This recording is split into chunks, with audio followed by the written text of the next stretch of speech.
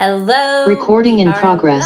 We are live and we're recording everywhere. Yes, we are here on LinkedIn. We are also live, I believe, on YouTube and Zoom because we're recording this for the podcast Courageous and Free with Jacquelyn Mack. That's me, your host.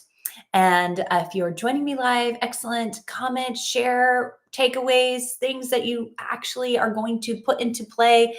Because again, knowledge is only potential power. It's when we actually take action on something, or go ahead and share like, hey, this is a great reminder on something that I'm doing, but I'm not doing consistently, right? So that's really good to just know, especially with today's topic.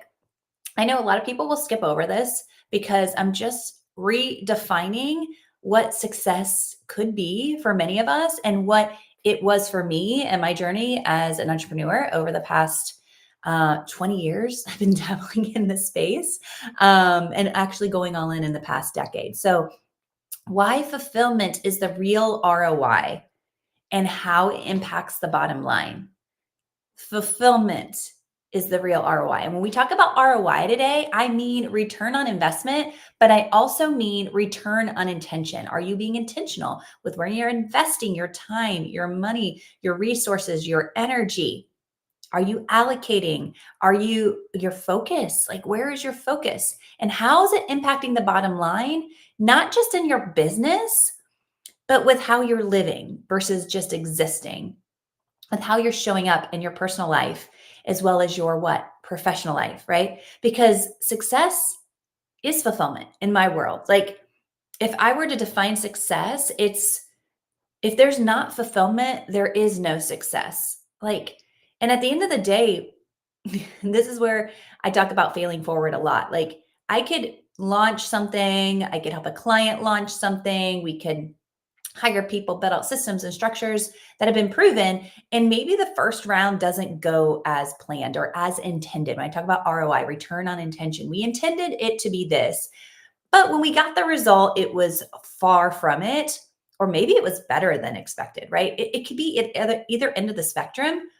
But did we create fulfillment? Did we enjoy the process? Because if we did not do it and enjoy it along the way, what was the point? Because if we're building something, a family, a business, and we don't love the experience, but yet we know what's required to duplicate the result is the same experience, but we didn't love the experience to create, attract, get that result. Again, what's the point? So to me, and how I'm explaining all of this today in a couple different scenarios and story shares from very recent coaching conversations with my clients. So you're getting some real live coaching that you can hear from stories that are being brought up with my clients one-on-one or in group. So the new measurement that changes everything is this: how are we defining success? Is the fulfillment a part of it, or is it not? And if it's not, and you're like, I'm okay with that, peace out. It's all good. I'm not for everyone either. So let's learn why fulfillment isn't just a buzzword, because it's the most important metric, I believe, in your business. We'll dive into this because there's a lot of costs when it comes to chasing vanity metrics, especially with the social media platforms and how we define success, and other people's definitions or old paradigms or old ways of being. So that when our revenue starts to go up, it's because it's following joy. It's because it's following purpose. It's because it's following alignment. It's a result of joy, purpose, and alignment. So the first thing I want to bring up is the most crazy but obvious, right? Why chasing vanity metrics, money, followers, status leads to what? Burnout. Because at the end of the day, it is all about your why. Why did you even start your business in the first place? Why did you choose to get married? Why did you choose to have children? Right? So if you're not clear on the why, you're going to chase it based on other people's expectations.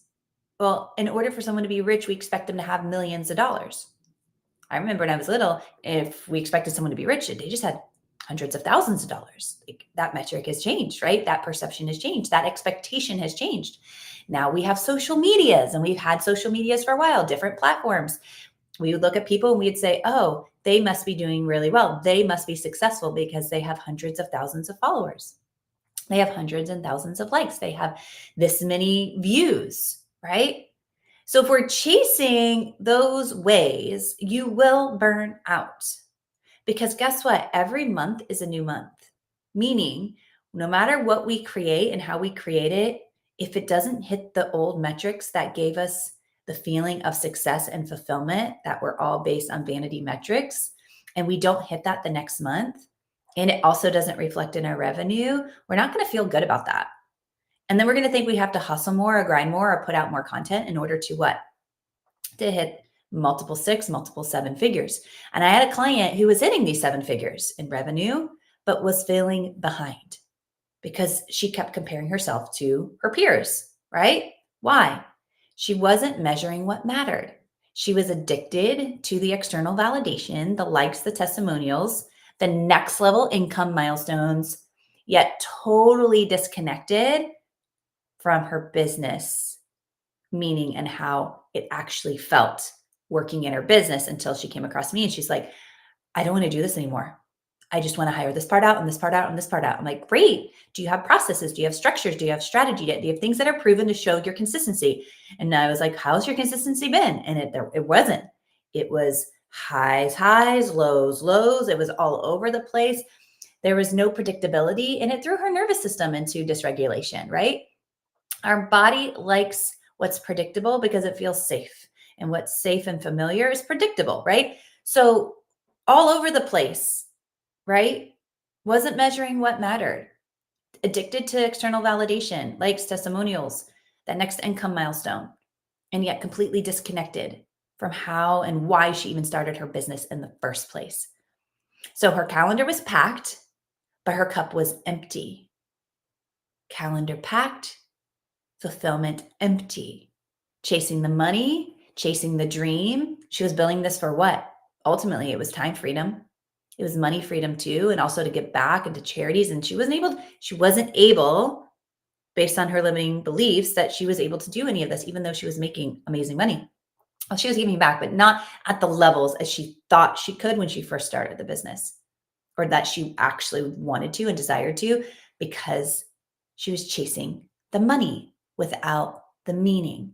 And this is a fast track to burnout. It's masked by ambition. I know, because I've been there. I burned out twice doing it. I was a premium high ticket sales closer for multiple $100 million plus companies.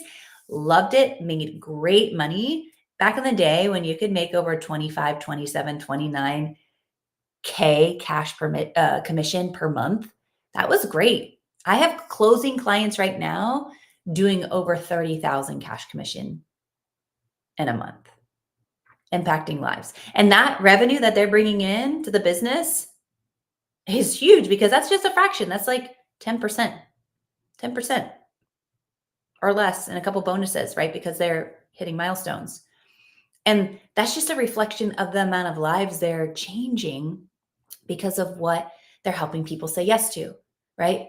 And that's the difference between being a enrollment coach versus a sales slimy closer, right? Now, I coach closers. That's what they think they are when they come to me. And then when we do all the work and we build out the strategy and the structure, it's like, oh, if I come to them at a human versus a closer, you get more yeses. You close 63K, I think is what Tyler said this morning, 63K in 3 days, and he had his first 30K day in sales. That's pretty awesome. How many lives? Like, he had an 8 out of 10 closes in 1 day. Now, 10's a lot of phone calls, right? And most people will be like, that's exhausting. It's exhausting if you're trying to convince. It's not exhausting when you're in your conviction and you follow a proper structure and you just help people. You help people by first seeking to understand. Then you ask quality questions. Then you personalize your pitch or your pillars or your phases.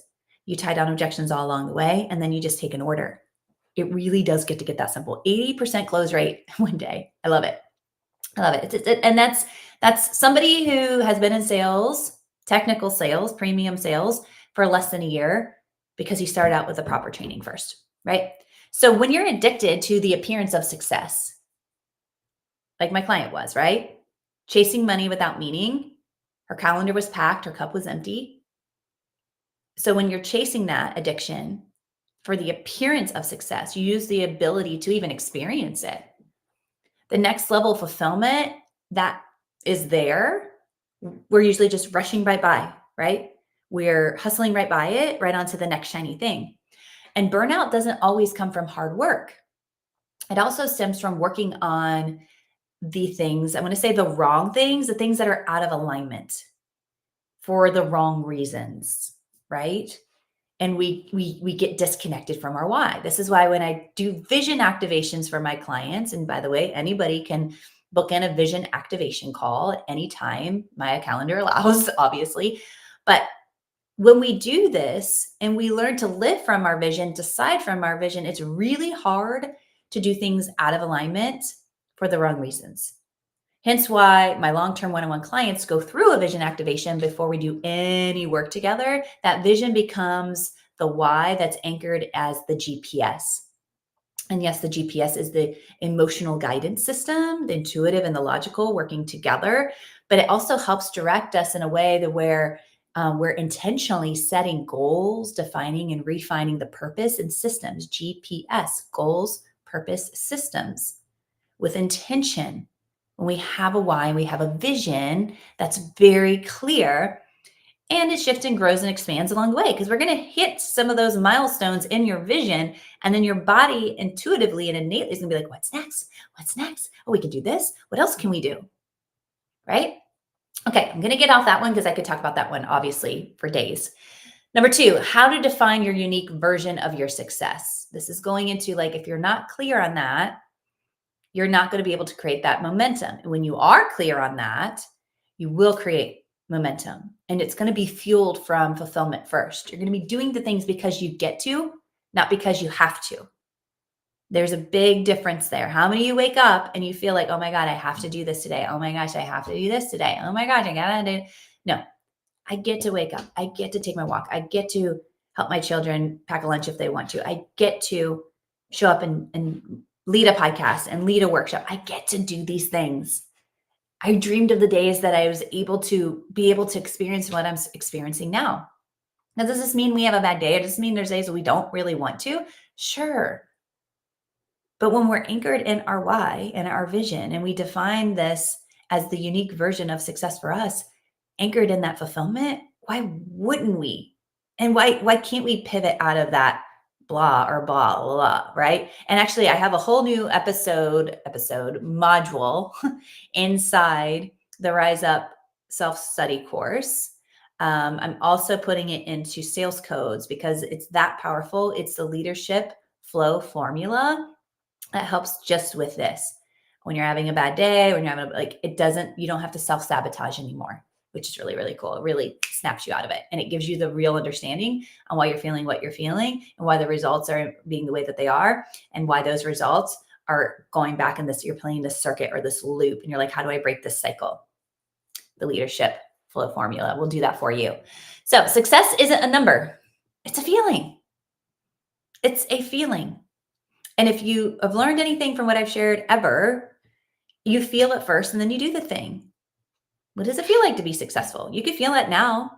You don't have to wait till X happens or Y or Z, or I make this much money, or I have this many clients, or I married the right person, or I have this many kids, or I hit this age and I've experienced all these things. Like, you're giving your power away to the things that could already be happening if you just felt it already, right? And this is the part that's hard for a lot of my clients to implement or comprehend, but we can get there very fast together.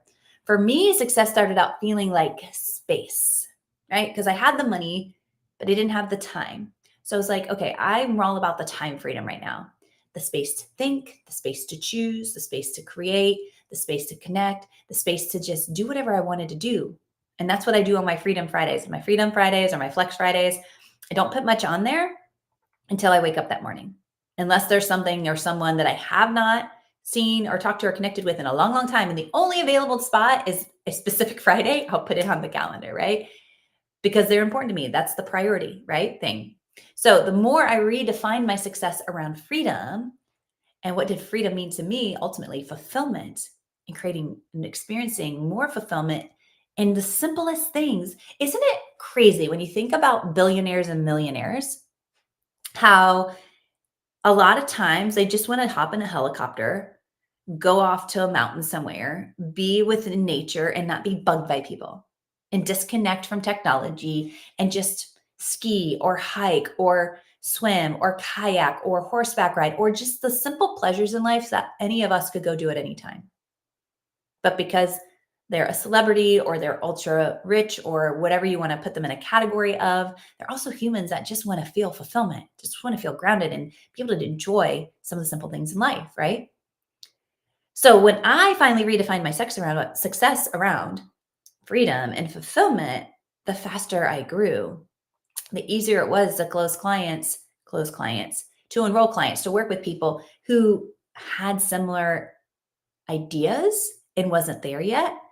That allowed me to charge what I charge and really know my worth. And because of that, they expanded and they received even greater as well because I wasn't chasing somebody else's dream. Just like I won't be sold on somebody else's excuses or limiting beliefs or circumstances or situations. And life can be going crazy and happening, but I refuse to succumb to limiting my life or allowing you to do the same with your personal life or your business. So I was aligned with mine and I'm still aligned with mine. Now, it doesn't mean that others don't align with me and I don't align with theirs. And then we create really massive movements. That's really cool. But you have to know yours first. So, what would success look like if nobody else was watching? Like, what would it really look like? Because no one's giving you a gold star for hustling and grinding your life away. And nobody really cares how many Louis Vuittons and Coco Chanel's, and don't get me wrong, I love Chanel. Um, Jets, boats, cars, houses, vacations. Like it's kind of like so much noise now. When we're scrolling through social media, it's like anybody and everybody can do it, which is true. I mean, you could go rent a really cool Airbnb and make it look like your luxury pad for the weekend. And it was just something you invested heavily into for a weekend. And so think about a time where maybe you hit a goal and you still felt empty. Think about a time when maybe you felt a moment of alignment, of flow. And even if you made a little bit less money, and this is like my last year, I was like, whoa. I thought actually the ironic part is I thought I made less money. And then when I did my taxes, I had real estate opportunities come in that I just handled that were super fun and super easy because I was in flow, I was in alignment, I was creating joy and fulfillment, and things happened just like that. And I was like, wow, I still made the same amount of money I made before. Actually, I made a little bit more. And I assumed I was way more successful the year before, and I wasn't. If you define success by revenue and cash in the bank, right? If you do it, but that's why it didn't bother me that much. It didn't rock my world. And my husband even said the same thing. He's like, wow, you were acting like you had a horrible year. Like, you did great. And I'm like, I know. Isn't it funny when you don't define it by the old school sexy matrix, right? And all the metrics and all the paradigms and all the ways and expectations that just don't align to you anymore. Okay, number 3. I want to stay on track here because I have a couple more I want to cover. Revenue follows clarity, not content. Revenue follows clarity, not content. This is why a lot of people, when they first jump into my world, if they're brand new in my world, they'll be like, let's have a laser coaching call around positioning and clarity around positioning. Because no matter what sales structure you try to slap on your offers, if the positioning and your offer stack isn't really well defined and it's not clear, you're going to botch your sales. You're going to block your own shots, right? So I had a client, I was posting 3 times a day, 3 times a day. Like that's insane. Like I'm lucky to get 3 in a week, right? Creating all the freebies, recording lots of videos, yet sales were low to crickets most weeks, not just days, weeks. Why? She wasn't inviting anyone to work with her. Her positioning was okay, but there was no invitation. We simplified her message. We clarified her offer. We got her to anchor into who she is in the positioning of the authority with no ego. And she focused on daily connection. When she focused on daily connection, sales doubled. And you're like, Jackie, how could you double zero? No, she wasn't at zero. I was just saying it was crickets most days, some weeks even. There was no more content added. There was no more busy work, right? So brand building is great. A lot of my colleagues and business besties are in the branding world. But there's no point to brand build if you're not first being consistent with relationship building. And honestly, you can get busy building brand, building content, and you can stay broke at the same time. Right? It really is a tricky thing where we're busy but broke. See the difference there? So ask yourself, where are you hiding behind your content and avoiding selling? And did you actually make any offers today? Did you offer a seat at your table today? And then when you got them to your table, did you offer them for further support? It really gets to be that simple. Number 4, holding accountability for revenue generating tasks. This is why I built out the whole urgency trap audit. So this is also in, I don't think I put this in sales codes. This is definitely over in the Rise Up course, right? To making sure, actually, maybe I did add it to sales. I added a bunch of bonus to sales codes. So if you have sales codes, and you should be getting the emails if you didn't sign up for them whenever I add more content. And I have a lot more coming in May for 2025. This is why those who have lifetime access to sales codes, good thing, because you're going to keep getting more and more. As I'm coaching people and they're sharing things that they need more of or want more of, I throw it into sales codes too, because I know that's it's not a matter of if you're going to need that support, it's when, right? So when you hold yourself accountable for revenue generating tasks, and you stop making things that aren't important or urgent a time suck, now you've really given yourself space and also grace, right? But how do you know if you don't do an audit, right? Discipline doesn't mean hustling 24/7. That's the fast track to burnout. I know. I've done it twice. It means doing the things that move the needle even when you feel like you don't want to do it. And then you reframe it, I get to do it, right? And if you're doing it from a wholeness, as I get to, and this is why I get to, and I dreamt of the day that I was able to do this, you take out the pressure off yourself and you take the pressure off your prospects.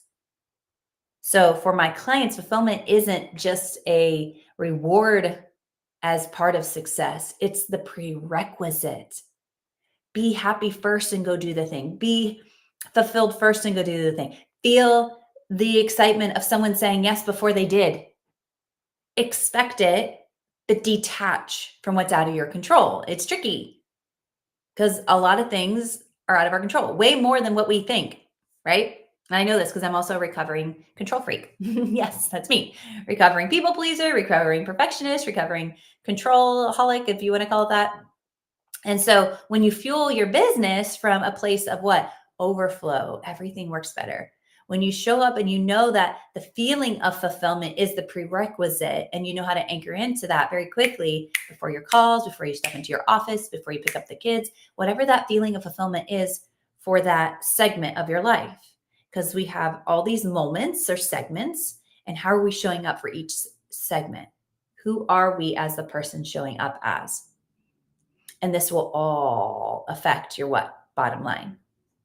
So success is or equals revenue generating habits. Knowing that we're adding in self-compassion, clarity of vision, and the prerequisite of fulfillment first, right? If you have revenue generating tasks and habits that are consistent, that's why I said habits, self-compassion, fulfillment first, and a vivid vision that you're super clear on and you're deciding from and living from every single day, now we have success. It's a formula. If one of those pieces are missing, to me in my world, it's not success. It's not failure either. It just is. It's not right or wrong, good or bad, because we're human. But think about it. Is it really success? So start your day with what? With your priorities, your aligned income, revenue generating tasks or activities, and check in and hold yourself accountable. Did I create? Did I connect? Or did I convert today? And celebrate that, right? Because how we build consistency is how we keep from going into burnout on the busy things that aren't producing revenue.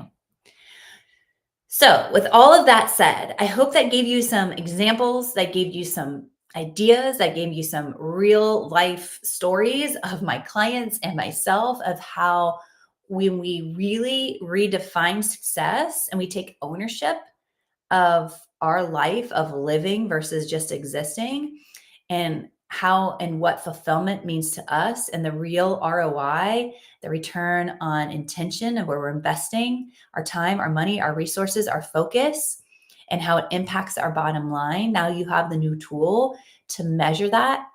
That will change everything in a really good way if you want it to. Or you can let fulfillment be another buzzword and go back to the old matrix of the metrics and the paradigms of how you want to run your business, and you'll probably do just fine. You'll probably do just fine.